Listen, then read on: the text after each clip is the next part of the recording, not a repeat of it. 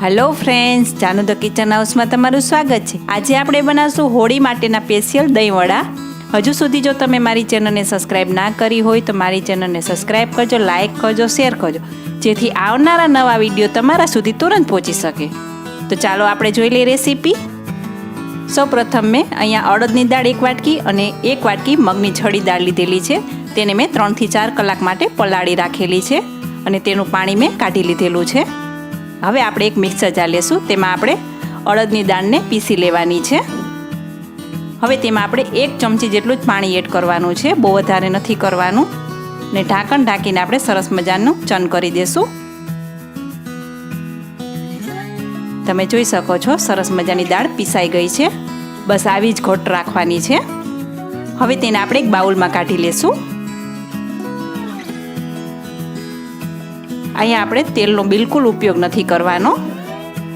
હવે એ જ મિક્સર જારમાં આપણે મગની છડી દાળ છે તેને પણ આપણે પીસી લેવાની છે। તેમાં પણ આપણે 1 ચમચી જેટલું પાણી એડ કરવાનું છે અને ઢાંકણ ઢાંકીને આપણે સરસ મજાની ચન કરી દેશું। તમે જોઈ શકો છો સરસ મજાની દાળ છે પીસાઈ ગઈ છે। હવે એ જ બાઉલમાં આપણે કાઢી લેવાની છે।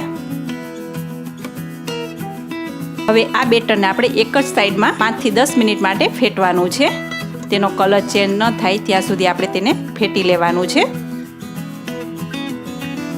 આમ કરવાથી દહીંવડામાં હવાના કણ ભરાશે અને સરસ મજાના એકદમ પોચા રૂ જેવા દહીંવડા બનશે।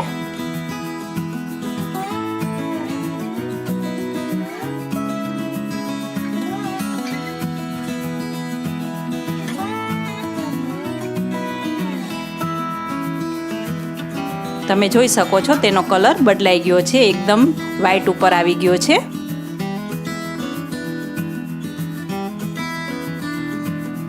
હવે આ બેટરમાં આપણે સ્વાદ અનુસાર નમક એડ કરવાનું છે। 2 ચમચી જેટલા આદુ મરચાંની પેસ્ટ છે તે એડ કરી દઈ, 1 ચમચી જેટલું આખું જીરું એડ કરી દઈ અને સરસ રીતે આપણે ફરીથી મિક્સ કરી દઈ। જો તમને મારી રેસીપી અને મારો વિડીયો પસંદ આવે તો મારી ચેનલને તમે ખૂબ ઝડપથી સબસ્ક્રાઇબ કરજો। હવે આ બેટર આપણે તૈયાર થઈ ગયું છે। હવે આપણે ચેક કરી લઈ। હવે એક પાણીની વાટકી લેવાની છે, તેમાં જે બનાવેલું બેટર છે તે આપણે મૂકી દેશું। એકદમ તરીને ઉપર આવી જાય છે, તમે જોઈ શકો છો, એટલે આપણું બેટર એકદમ સરસ રીતે તૈયાર થઈ ગયું છે। હવે તેમાં આપણે 5 ચમચી જેટલો ઈનો ફ્રૂટ સોલ્ટ છે તે એડ કરી દઈ। હવે સરસ રીતે આપણે મિક્સ કરી દેશું।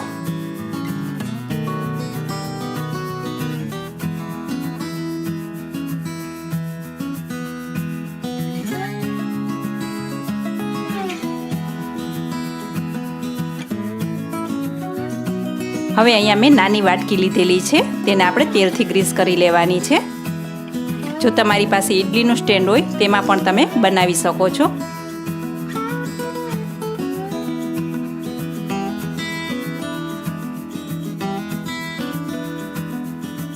હવે તેમાં આપણે 1 ચમચા જેટલું બેટર મૂકવાનું છે।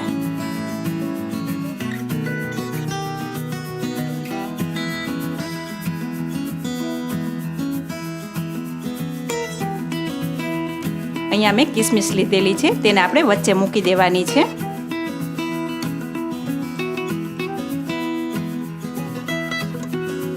હવે અહીંયા સ્ટીમર ગરમ થઈ ગયું છે, તેમાં આપણે જે વાટકી છે તે મૂકી દેશું।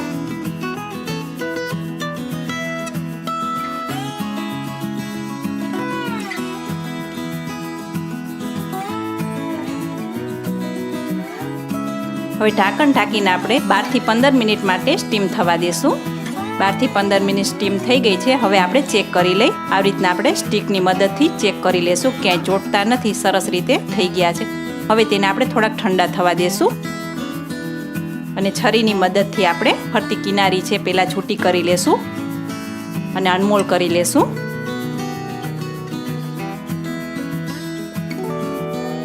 તમે જોઈ શકો છો સરસ મજાના એકદમ સોફ્ટ એવા વડા તૈયાર થઈ ગયા છે।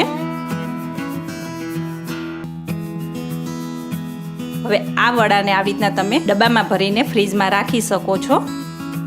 અહીંયા મેં બાઉલમાં નવશેકું પાણી લીધેલું છે। હવે તેમાં આપણે 5 ચમચી જેટલી હિંગ એડ કરી દઈ અને સ્વાદ અનુસાર નમક એડ કરી દેવાનું છે.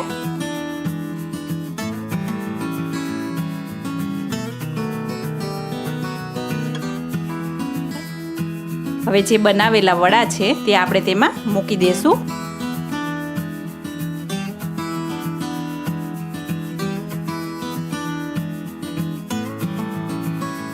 પાંચ થી 7 મિનિટ માટે તેને પલાળવા દેશું. 5 થી 7 મિનિટ થઈ ગઈ છે. તમે જોઈ શકો છો એકદમ સરસ મજાના ફૂલાઈ ગયા છે. અને આવી રીતના પાણી કાઢીને આપણે સર્વિંગ પ્લેટમાં જ લઈ લેવાના છે. અહીંયા મેં મીઠું દહીં કરેલું છે તે આપણે ઉપરથી એડ કરી દઈ.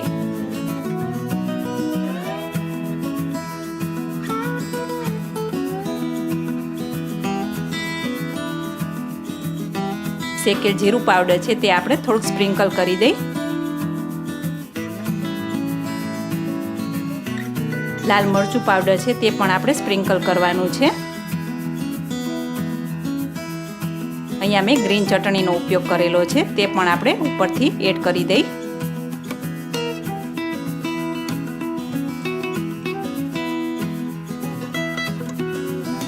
અને મીઠી ચટણી વિના તો દહીં વડા અધૂરા જ છે. ઉપરથી આપણે મીઠી ચટણી છે તે પણ એડ કરી દઈ. તો તૈયાર છે તળિયા વગરના દહીં વડા. આ વખતે હોળી ઉપર તમે જરૂર એકવાર ટ્રાય કરજો. તો કેવી લાગી મારી રેસીપી તમે જરૂરથી લાઇક, શેર ઓર સબસ્ક્રાઈબ કરજો અને મને કોમેન્ટ પણ કરજો. ફરી મળીશું અવનવી રેસીપી સાથે. ત્યાં સુધી આવજો. હેપી હોલી.